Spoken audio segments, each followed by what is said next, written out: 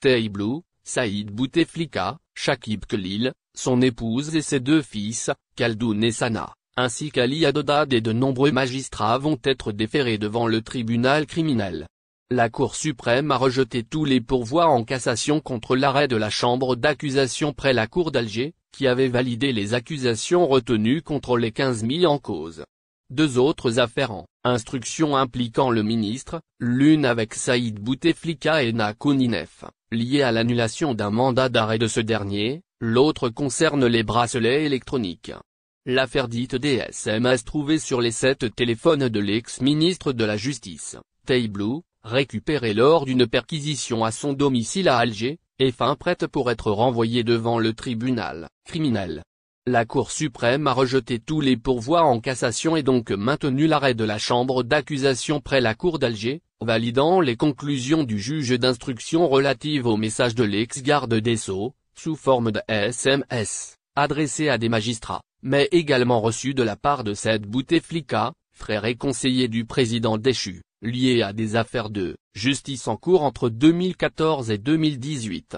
Un dossier des plus intrigants dans lequel on dénombre 15 accusés, Taiblou, son inspecteur général, Taïben Hachem, Ladjine Zouaoui, cadre au ministère de la Justice, et des magistrats, Mokhtar Ben Haraj, Djamila Zia, ex-présidente de la chambre d'accusation près la Cour d'Alger, promue présidente de la Cour de Boumerdès, Sid Ahmed Semaoun, juge d'instruction, près le tribunal de Sidi Mamed, Khaled Bey, procureur près le même tribunal, Meriem Ben Khalifa, Mustapha Derfouf, ainsi que Saïd Bouteflika, Chakib Khalil, son épouse Arafa, et ses deux fils, Khaldoun et Sana, tous faisant l'objet d'un mandat d'arrêt international, et Ali Adodad. Instruite dans un premier temps par les magistrats conseillers de la Cour suprême, l'affaire a été renvoyée devant le juge du pôle pénal spécialisé près le tribunal de Sidi Mamed, à Alger. Ce dernier a confirmé le placement sous mandat de dépôt de Taiblou pour abus de fonction, entrave au bon fonctionnement de la justice,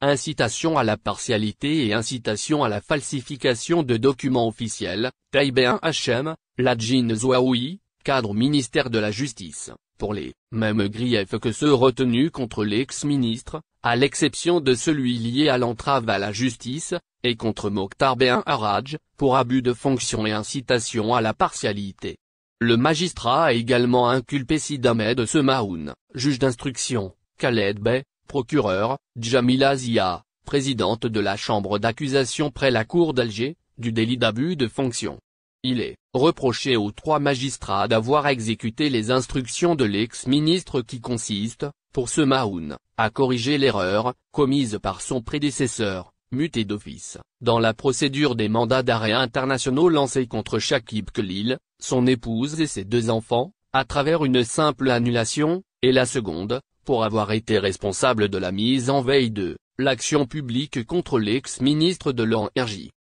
En fait, les 7 SMS, retrouvés sur les téléphones de Taiblou, constituent des messages, soit envoyés par Saïd Bouteflika ou Ali Adodad, soit transmis par Lou à des magistrats. Les SMS de Saïd Bouteflika et l'annulation du mandat d'arrêt contre Nakounine considérés par l'enquête judiciaire comme étant des instructions, ils concernent 2 dossiers. Le premier est celui de Chakib Khalil, pour lequel Saïd Bouteflika a demandé à Lou, à travers un texto, de voir ce qu'on peut faire pour le régler. Lors de son audition par le juge, Saïd Bouteflika a nié une quelconque instruction de sa part, précisant qu'il n'a fait que suivre l'évolution de cette affaire en tant que conseiller du président, sur ordre de ce dernier. Ces SMS envoyés au ministre ne constituaient pas des instructions, mais juste un suivi pour rendre compte au président de la suite du dossier. Taiblou a, quant à lui, laissé entendre que c'est sur demande, pour ne pas dire instruction, de Saïd Bouteflika, à travers bien sûr les SMS, qu'il a trouvé un moyen juridique pour annuler les mandats d'arrêt internationaux qui, selon lui, étaient illégaux, du fait que le juge n'a pas convoqué les concernés avant de les lancer. De ce fait, il a instruit son inspecteur général pour coordonner avec le juge d'instruction et le procureur près le tribunal de Sidi Mamed de leur faire parvenir ces instructions afin de lancer les avis de cessation de recherche et, de ce fait, de l'annulation des mandats d'arrêt lancés, faut-il le préciser, au mois d'août 2013, durant la longue période de convalescence du président déchu en France, dans l'hôpital militaire de Val-de-Grâce, à la suite d'un accident vasculaire cérébral. Il concernait, en plus des membres de la famille de Khalil, Reda Hamesh, homme de confiance de l'ex-ministre de l'Énergie et ex-directeur de cabinet du président directeur général de Sonatrach, Omar Abour, influent homme d'affaires oranais, associé de Chakib Khalil, vivant aux États-Unis, Farid Bedjaoui, neveu de l'ancien ministre des Affaires étrangères, Mohamed Bedjaoui, ainsi que 2 autres commerçants binationaux ayant joué le rôle d'intermédiaire dans les affaires, tous poursuivis pour corruption, trafic d'influence, abus de fonction, blanchiment d'argent, direction d'une association de malfaiteurs et organisation criminelle transnationale, et dont on ne sait toujours pas s'ils font toujours l'objet de recherche ou non. Dans d'autres SMS que Saïd Bouteflika a envoyés à Taiblou, il est question de trouver un règlement à un litige judiciaire opposant son ami, le patron du groupe Etrb, Ali Adodad, à Beurre TV, une chaîne de télévision privée. Saïd Bouteflika a néanmoins nié avoir donné des instructions, en affirmant qu'il voulait savoir de quoi il en était. Il est à signaler que plus d'une soixantaine de magistrats et de cadres de la chancellerie ont déposé plainte car ayant fait l'objet de sanctions de la part du ministre et de son inspecteur général pour avoir refusé, selon eux, d'exécuter leurs instructions, souvent données par téléphone.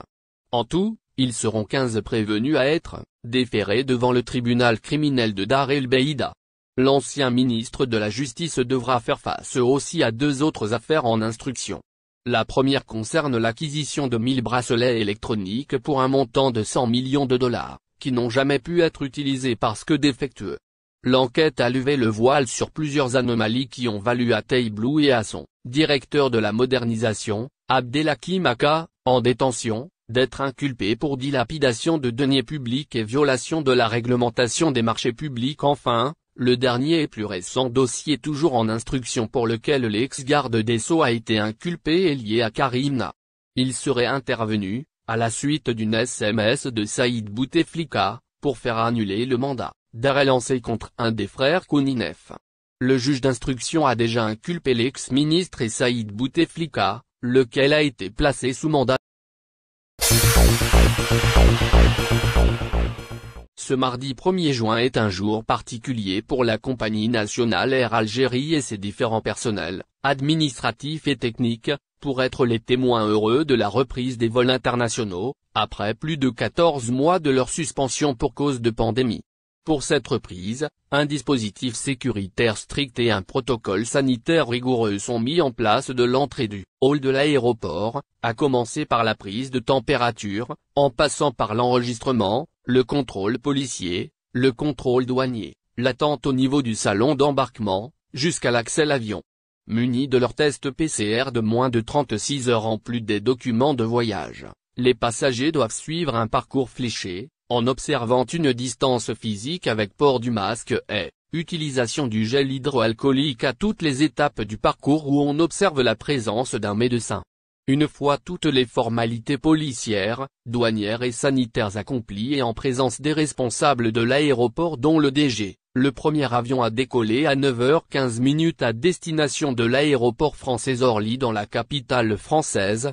alors que le vol retour est annoncé pour 15h30, heure algérienne. Nous allons offrir les meilleures conditions possibles pour accueillir aujourd'hui les 250 ressortissants qui prendront le premier vol aujourd'hui, a déclaré Samir Andalousi, directeur de communication d'Air Algérie.